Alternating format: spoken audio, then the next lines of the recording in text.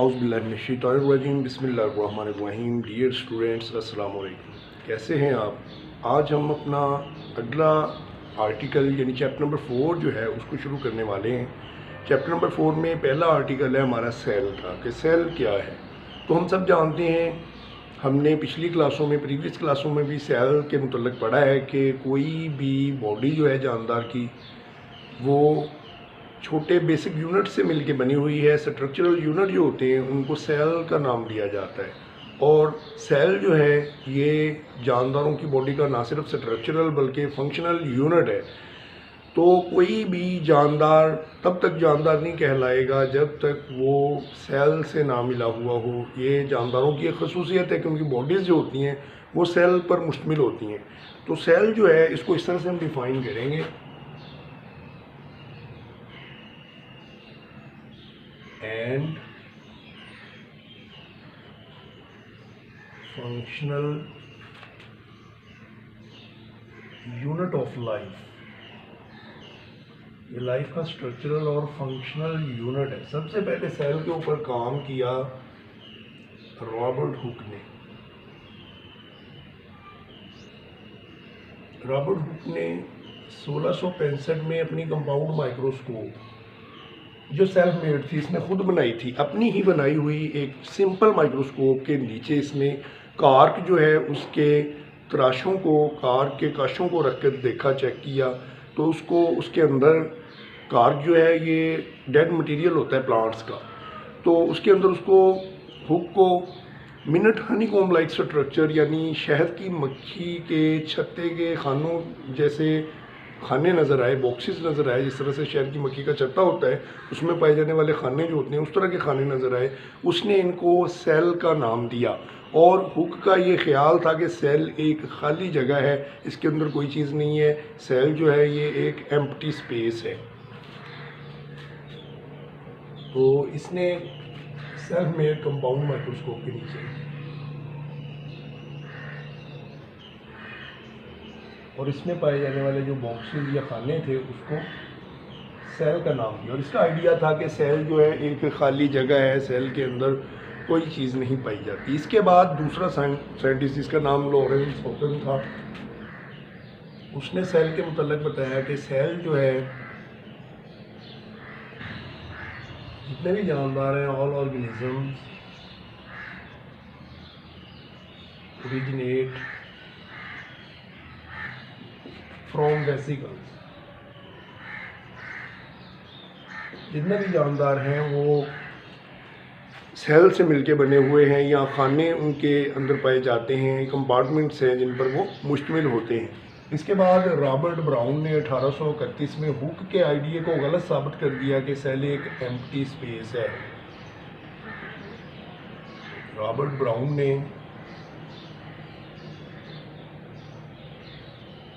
इसने अपना हुक के आइडिया को गलत साबित कर दिया। 1831 में इसने सेल के अंदर न्यूक्लियस दरियाफ्त कर लिया, डिस्कवर न्यूक्लियस।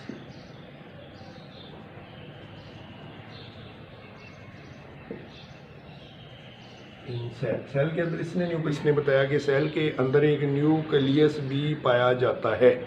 इसके बाद मज़ीद इस पे वर्क होने लगा जिसमें जीन बैप्टिस्ट डी लामार्क हैं,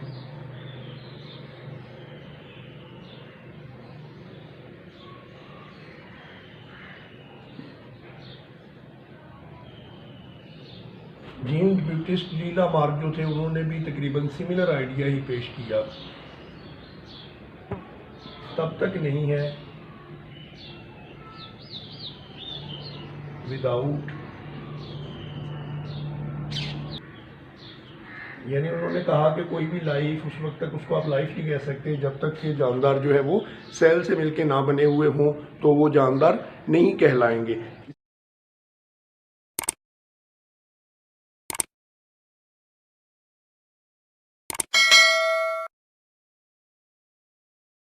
शूटर श्वान और शील्डन ने,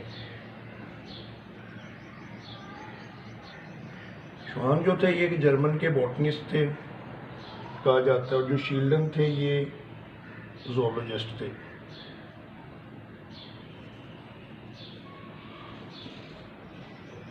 इन दोनों ने सेल थ्योरी बयान की, जिसके बेसिक नुकात जो हैं सेल थ्योरी के मंदरज़ैल हैं।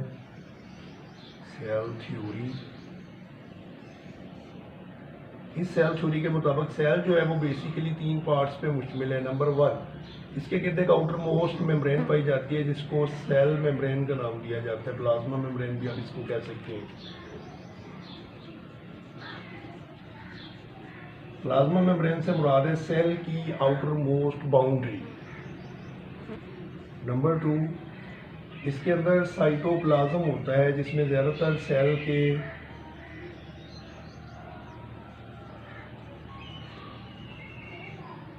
अंदर पाए जाने वाले सेलुलर स्ट्रक्चर पाए जाते हैं।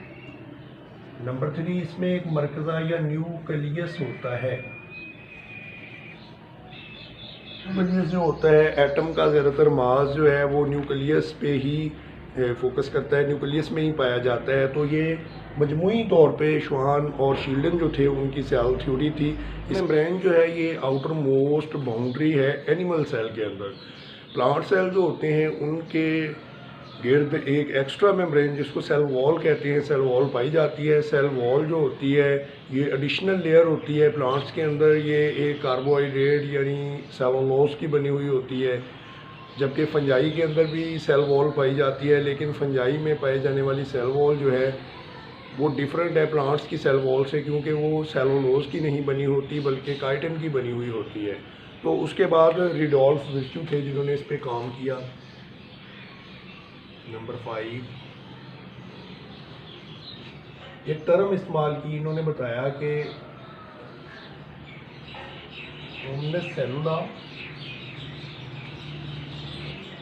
सेलुला यानी पहले से मौजूद जो सेल्स होते हैं उनसे ही नए सेल्स बनते हैं। ऐसे नहीं हो सकता कि सेल अज खुद वजूद में आ जाएं, बल्कि पहले से मौजूद सेल जो होते हैं उनमें डिवीजन होती है, उनमें डिवीजन के ज़रिए से नए सेल जो हैं वो वजूद में आते हैं।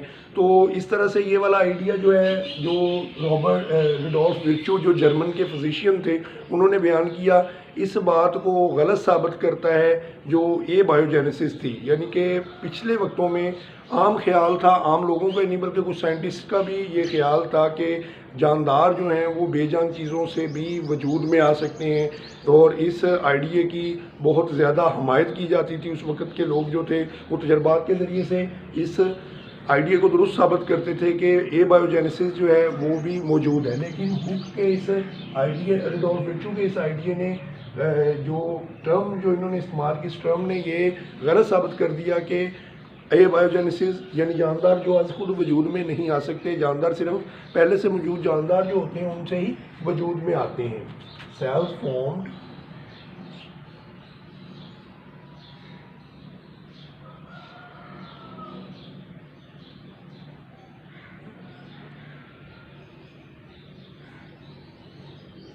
फ्रॉम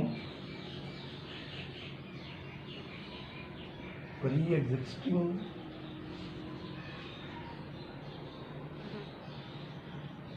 सेल, यानी पहले से मौजूद सेल से ही नए सेल जो है वो वजूद में आते हैं। स्टैन लुइस पास्चर,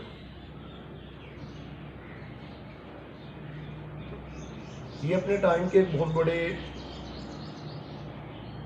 फिजिशियन थे और एक बहुत बड़े साइंटिस्ट थे। इन्होंने भी अपने तजर्बात के ज़रिए से ये साबित किया कि ए बायोजेनेसिस गलत है।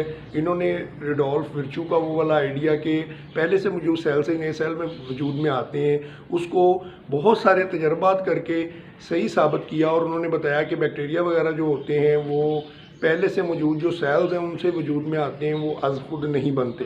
तो इस तरह से मुख्तलिफ साइंसदानों ने बहुत सारा काम किया इस पे, सेल थ्योरी पे। इसके बाद नेक्स्ट 7 नंबर पे है ऑगस्ट वाइजमैन। तो इन्होंने ये आइडिया बयान किया कि सेल जो हैं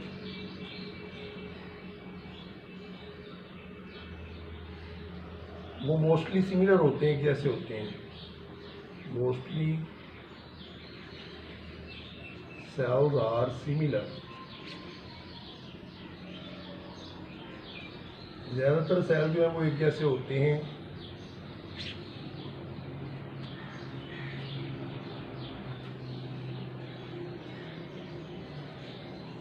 तो ये इस बात का प्रूफ हमें मिलता है प्लांट सेल को और एनिमल सेल को देख के। तो बहुत सारे इनमें डिफरेंसेस भी पाए जाते हैं। जिस तरह से प्लांट सेल के अंदर सेल वॉल होती है, एनिमल सेल जो हैं वो विदाउट सेल वॉल होते हैं।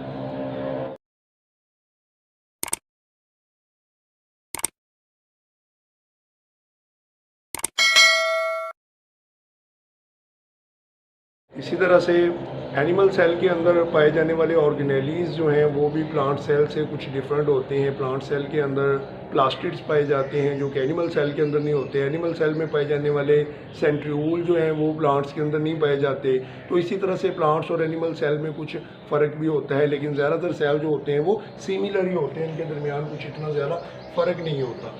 तो इन तमाम नुकात के बाद सेल थ्योरी के मतलब हमारे पास बात आती है कि सेल थ्योरी जो है उसके मेन नुकात मंदरसेल हैं।